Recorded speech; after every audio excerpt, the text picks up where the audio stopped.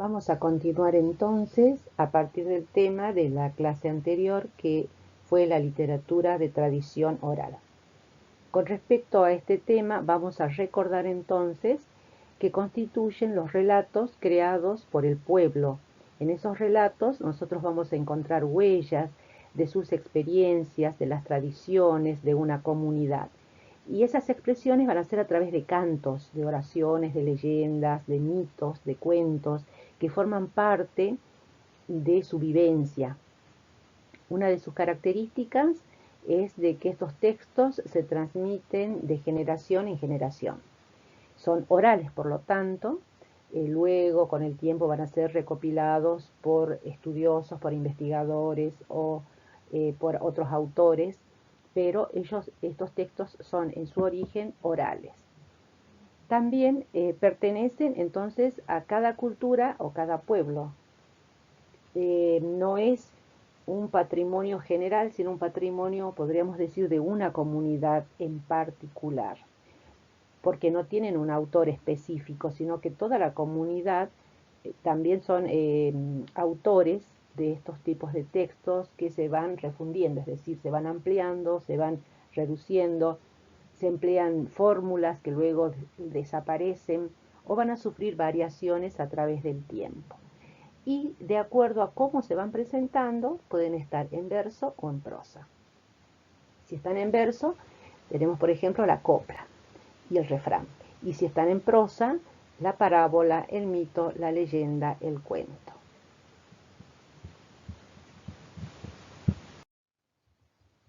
Uno de esos textos es la copla, que nosotros habíamos ya considerado para la clase actual. La copla es una, entonces, expresión popular, por lo tanto, dentro de la tradición cultural, se canta en zonas rurales del noroeste argentino, como Jujuy, la Quebrada de Humahuaca y La Puna, en Salta, los valles calchaquíes, en Tucumán, en Catamarca y La Rioja. Es ampliamente escuchada en estas zonas rurales. Si bien hay personas que viven en el interior de estas provincias y cuando se trasladan a la ciudad siguen practicando, ¿no es cierto?, la expresión de las coplas. Pero, ¿qué es la copla? Nosotros estamos hablando acá de copla como un canto, pero lo vamos a considerar desde el punto de vista literario, como una forma estrófica. Vamos a recordar también que era estrofa, es el conjunto de versos, que pueden variar en la cantidad de versos, pero en el caso de la copla van a ser 4 versos. Entonces, una estrofa de 4 versos y cada verso va a medir 8 sílabas. Por eso se va a llamar octosílabo. Y acá está el arte que aparece en la copla cuando el coplero tiene que elaborar en un momento determinado esta estrofa de 4 versos octosílabos y tiene que responder a los requerimientos del otro coplero. Dijimos, es de producción oral y además es de rima asonante. Esto significa que tienen que coincidir los sonidos en el verso número 2 y en el verso número 4. En los versos pares van a coincidir los sonidos a partir de la última vocal acentuada. En cuanto a su origen, hablamos nosotros de un sustrato español. Y cuando decimos sustrato nos referimos a esta influencia de características léxicas, gramaticales o fonéticas que pueden existir en una lengua con respecto a otra. En el caso de la copla, nosotros conocemos la copla en español, pero también es cantada en quechua, por ejemplo, en nuestra zona andina. Otra característica es la cosmovisión indígena. Cuando decimos cosmovisión nos referimos a la forma, la manera que tiene una comunidad de ver el mundo. ¿Y cuál es esa forma, esa manera? Está constituida, por ejemplo, por la forma en cómo consideran a la naturaleza, al universo, a la religión, a sus formas de vivir. Entonces, una comunidad tiene una cosmovisión, otra comunidad tendrá otra cosmovisión. Y acá agregamos indígena, es decir, que puede ser nativa o pueden ser personas que han venido de otra zona, originarios de otra zona, y también pueden practicar este tipo de coplas. Y por último, la percepción andina, es decir, cómo percibimos nosotros esta expresión de acuerdo a la zona de los Andes, ¿no? Porque nosotros pertenecemos a la cultura andina. Para empezar a considerar la copla, una de sus manifestaciones es el contrapunto. Este contrapunto es un verdadero evento en muchas ocasiones, sobre todo en épocas festivas que se realizan en una comunidad. Lo vamos a considerar como una práctica social heterogénea. Cuando decimos práctica social nos referimos a la forma, podríamos decir insistente o acostumbrada a que se realiza en esa comunidad.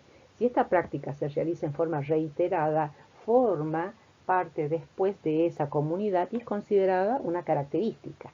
Por lo tanto, heterogéneo vamos a referirnos a que puede ser practicada, considerada por diferentes personas y de diferentes maneras. Otro elemento son los dos copleros. Para que haya contrapunto es necesario la presencia de dos copleros. Puede ser un hombre y una mujer que mediante un tema van desarrollando un diálogo y en ese diálogo va a desarrollarse hasta que uno de ellos finalice el tema.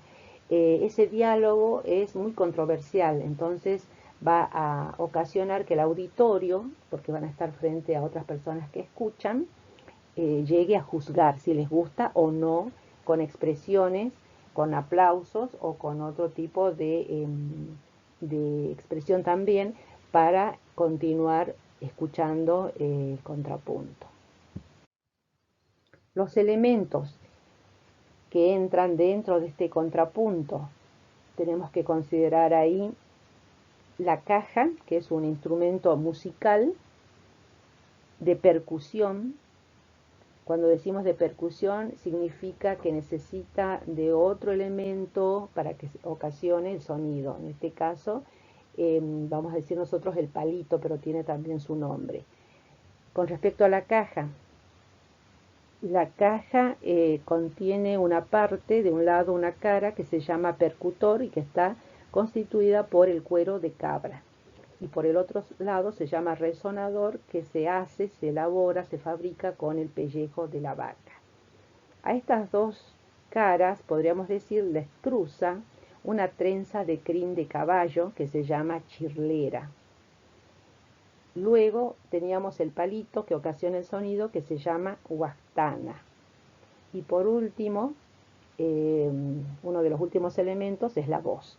La voz es muy importante porque acompaña al ritmo de la caja, del sonido de la caja, y esto hace que aparezcan diferentes variaciones de esa copla.